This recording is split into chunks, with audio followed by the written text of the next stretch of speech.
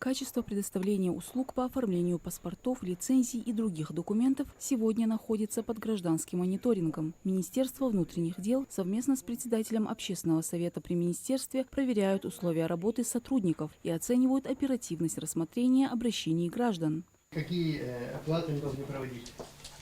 Там у нас терминал, если они через терминал проводят. Сколько? 5570 рублей. С каждого?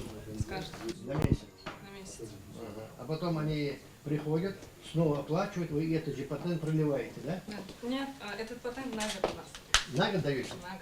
Они каждый месяц должны оплачивать. Сотрудники миграционного отделения напоминают о возможности получения услуг через портал государственных и муниципальных услуг. Посетители отмечают удобство и экономию времени, предоставляемых электронным форматом обращения. Также уже оценили скидку на госпошлину. Председатель общественного совета при Министерстве внутренних дел по республике Муса Агадиев также провел беседу с мигрантами. Патент вообще выписывается на месяц или на год?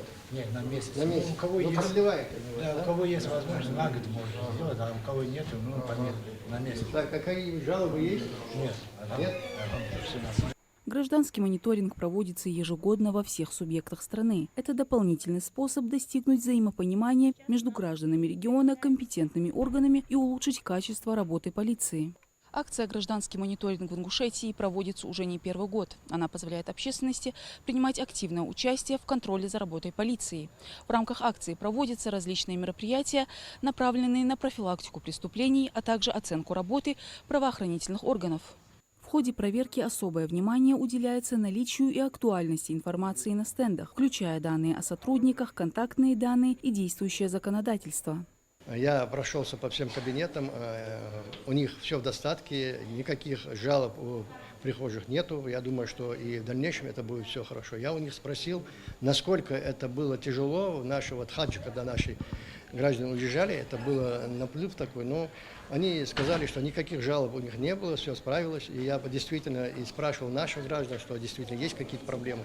Никаких без проблем, но я думаю, что сегодня они справляются своей работой. По итогам мониторинга проверяющие дают положительную оценку работе подразделений, внеся при этом ряд предложений по улучшению. В ходе проверки оценили также условия обслуживания людей с ограниченными возможностями здоровья, а также отметили профессионализм, вежливость и внимательность сотрудников к посетителям. Они стараются делать все возможное, что у них получается. И я уверен, что и дальше они будут делать это все. Но замечание в том, что они, очередя вот действительно, которые тут они соблюдают, это выдают талоны, у них талоны не хватает, вот надо побольше талонов сделать, чтобы людей можно было больше пропустить.